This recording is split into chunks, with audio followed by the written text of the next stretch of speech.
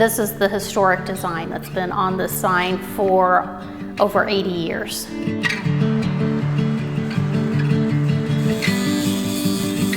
Every large job starts with a layout on the computer. Then I can draw this 1 foot by 1 foot grid, and basically I'm going to transfer everything that's in each one of these squares to the squares on the mural. And then I will basically hand draw all of this on the panels.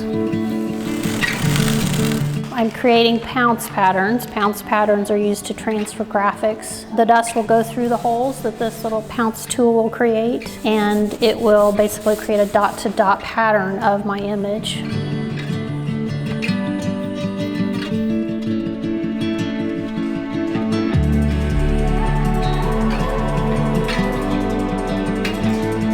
The room isn't large enough for all of the panels to be together. Once this is taken apart, I'll be able to make sure that my letter flows and aligns correctly across those two panels.